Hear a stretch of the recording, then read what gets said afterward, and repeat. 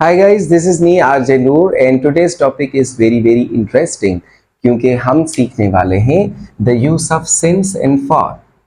यानी कि हमारे जो ये सिंस और फॉर हैं, ये आमतौर पे आप देखते भी होंगे, पढ़ते भी होंगे और आपको सिखाए भी गए होंगे, लेकिन हम जो है वो थोड़ा सा डिटेल में इसको समझेंगे। सिंस और फार होते क्या हैं? बेसिकली सिंस और फार जो है वो एडवर्ब्स होते हैं, एडवर्ब ऑफ टाइम। और हम पहले सिंस और फार को समझते हैं कि इनकी मीनिंग क्या होती है। सिंस जो है वो और फॉर दोनों का मतलब सेम होता है। इसका मतलब हम अगर इंग्लिश में कहें कि भाई फ्रॉम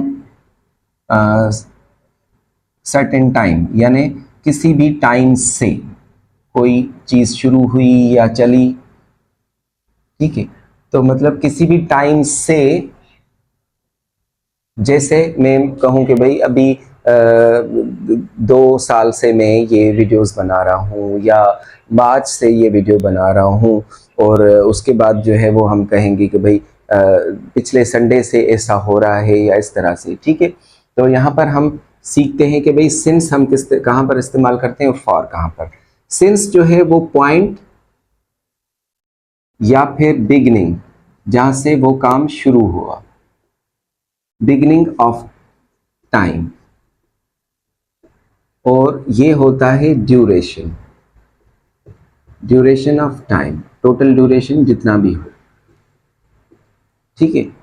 यहाँ पर मैं उर्दू में भी लिख देता हूँ, जिस वक्त से या जहाँ से या जिस वक्त जो भी हो, डे हो, टाइम, किस वक्त से कोई चीज़ स्टार्ट हुई, कोई काम शुरू हुआ, यानी कोई भी टाइम हो जहाँ से और जिस वक्त से कोई टाइम शुरू हुआ। और ये होता है जितना अरसा या जितना ड्यूरेशन जो भी है वो काम या कोई काम चला या जारी रहा। फॉर एग्जाम्पल हम लिखते हैं आई हैव वर्कड हेयर। मैंने यहाँ पर काम किया है। कोई भी कंपनी हो सकती है, कोई भी जगह हो सकती है, दोनों का हम सेम लिखते हैं, आई हैव वर्कड हेयर। अब यहाँ पर हम ब्लैंक लगा देते हैं और थोड़ा सा चेक करते हैं कि आप इसका क्रैक कर सकते हैं कि नहीं। इसमें हम लिखते हैं कि भाई मार्च, और इसमें हम लिखते हैं 3 मंथ्स या 4 मंथ्स, जितना भी आप लिख सकते हैं, कोई भी। अब दोनों सेंटेंस लिखे हैं और दोनों की मीनिंग सेम है। मैंने यहाँ पर काम किया है मार्च से, और मैंने यहाँ पर काम किया है 3 महीने से। फॉर एग्जाम्पल मैंने मार्च से शुरू किया हो, अप्रैल मई, और आजकल अगर जून चल रहा है तो वो उसमें भी 3 महीने हो चुके हैं। तो यहाँ पर हम क्या बात कर रहे हैं? वो पॉइंट जिससे वो काम शुरू हुआ, यानी कि बिगनिंग, यानी कि मार्च। तो यहाँ पर हम लिखेंगे सिंस, और यहाँ पर हमने क्या लिखा है कि भाई कितना अरसा वो चीज़ चली, चाहे वो कहीं से भी शुरू हुई, तो ये हम फॉर इस्तेमाल करेंगे। इसमें बहुत सारे और भी, फॉर एग्जांपल हम लिखते हैं सिंस वॉल क्लॉक के टाइम से आते हैं। फॉर एग्जांपल हम कहें कि भाई सिंस 10 o'clock, 10 बजे से, यानी ये एक पॉइंट है, इसके लिए हमने सिंस इस्तेमाल किया। अगर 10 बजे से कोई काम चल रहा है और अभी जो है वो उसको 3-4 घंटे गुजर चुके हैं, तो उसमें हम फिर फॉर एग्जांपल हम कहें कि भाई फॉर 5 hours,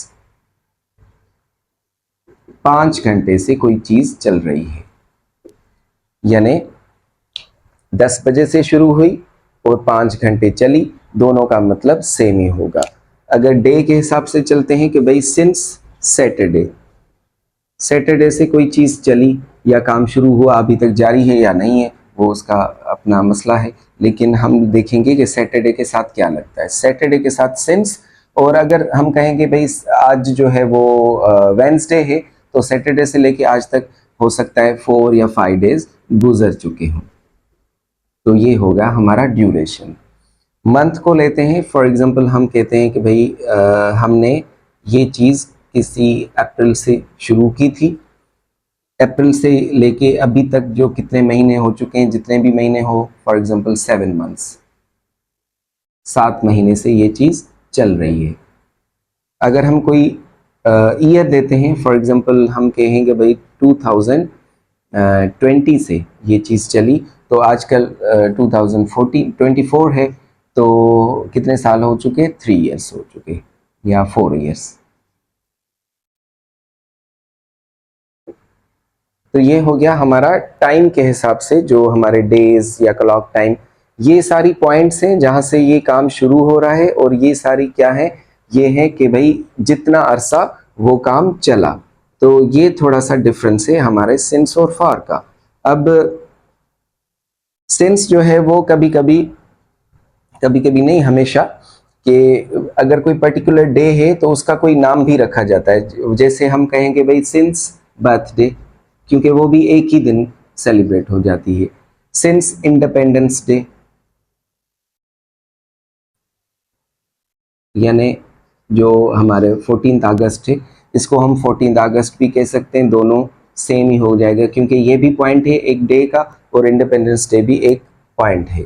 तो इस तरह से हम यहाँ पर कुछ एग्जांपल लिखते हैं। फॉर सेंचुरीज, यानी सदियाँ गुजर चुकी हैं, वो ड्यूरेशन कहलाता है। या फॉर अ लॉन्ग टाइम, बहुत ज़्यादा अरसा हो चुका है, हमें नहीं पता कि कहाँ से ये चीज़ शुरू हुई है, लेकिन बहुत अरसा लग रहा है कि वो गुज़र चुका है। तो इस हवाले से हम ये जो है वो चीज़ें इस्तेमाल करते हैं। अभी कुछ हम एग्जांपल्स लिखते हैं, तो और उनमें हम सिंस और फॉर को आपको एक ग्राफ बना के आपको समझाते हैं। अब मैंने कुछ वेरिएशंस लिखी हैं टाइम के हिसाब से, कि वो कहाँ पर हम किस तरह की चीज़ों में हम सिंस इस्तेमाल करते हैं या किस तरह हम फॉर इस्तेमाल करते हैं। हम यहाँ पर ये सिंस की पूरी लिस्ट है, और ये है हमारी फॉर की list.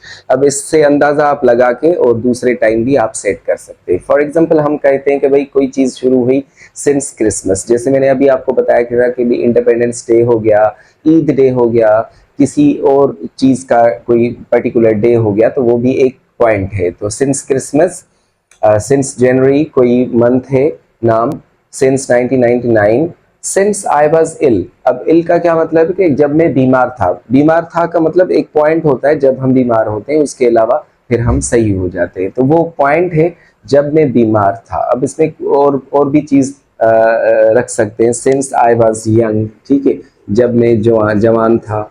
Since I was child मैंने लिखा है वैसे। लास्ट मंडे, गुजरे हुए जो मंडे है, मंडे लिखें या लास्ट मंडे लिखें, जो भी है। एजेस, एजेस का मतलब है कि भाई हम अभी जो है वो एक टेक्नोलॉजिकल एज में गुजर रहे हैं। एज का मतलब यहाँ पर होता है इरा, मतलब कोई दौर। तो दौर होता है 1 2 3 4 जो भी है। पहले केव एज था, फिर स्टोन, फिर मॉडर्न, फिर उसके बाद डिजिटल, उसके बाद टेक्नोलॉजिकल, ये अभी एआई का जमाना चल रहा है। तो ये पॉइंट्स हैं, ठीक है। सिंस देन, देन मतलब कोई भी इंसिडेंट हो तब से। जैसे हम कहते हैं ना भाई, जब से मेरा बर्थडे हुआ है तब से इसने बात नहीं की, जब से ईद आई है तब से ये चीज़ नहीं हुई। तो वो पर्टिकुलर चीज़ जो है वो हम इस्तेमाल करते हैं इसमें देन में। और उसके बाद द मिडिल एजेस, जैसे मैंने आपको बताया कि एजेस हम इस्तेमाल करते हैं। मिडिल एजेस कौन से थे? मेरे ख्याल से मॉडर्न एज थे। और since I was a child, जब मैं बच्चा था, वो एक पॉइंट है।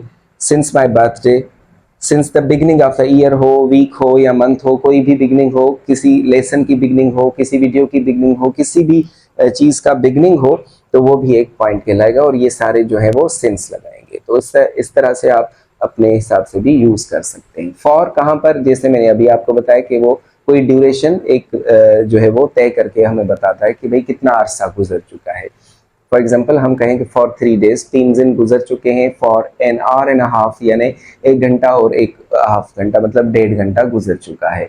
More than 2 years, more than 2 hours, more than 2 weeks, more than 2 months, इस तरह से जो है वो 2 साल से ज़्यादा अरसा गुजर चुका है, तो वहाँ पर भी हम फॉर इस्तेमाल करेंगे। फॉर द लास्ट 10 ईयर्स, 10 साल से गुजरे हुए, जो यहाँ से पीछे चले जाएं। फॉर अ लॉन्ग टाइम, मैंने अभी आपको बताया था कि बहुत अरसा हुआ है। फॉर अ वीक, एक हफ्ते से कोई चीज़ नहीं हो रही। सेंचुरीज, सदियाँ गुजर चुकी हैं। ओवर अ ईयर, एक साल से ज़्यादा अरसा हो चुका है। फॉर मैनी वीक्स, यानी बहुत सारे वीक्स गुजर चुके।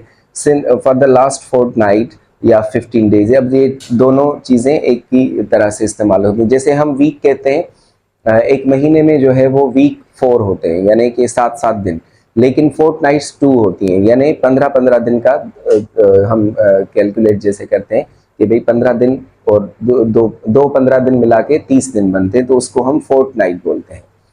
एटलीस्ट अ मंथ और ईयर और वीक या जो भी है, यानी कम से कम एक महीना हो चुका होगा या साल हो चुका होगा, मोर देन अ मंथ हो चुका है, मतलब ज़्यादा अरसा साल से।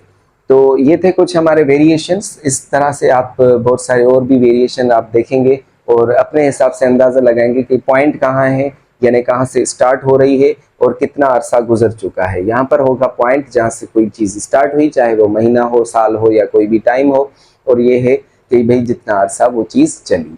तो ये थे हमारे सिंस और फॉर के यूज़। आई होप कि ये बहुत ईजी रहे होंगे, आप प्रैक्टिस कीजिए, और अगर कोई सवाल है तो आप कमेंट बॉक्स में हमें मैसेज कर सकते हैं और फिर उस पर हम भी वीडियो बनाएंगे। तो see you then in the next video.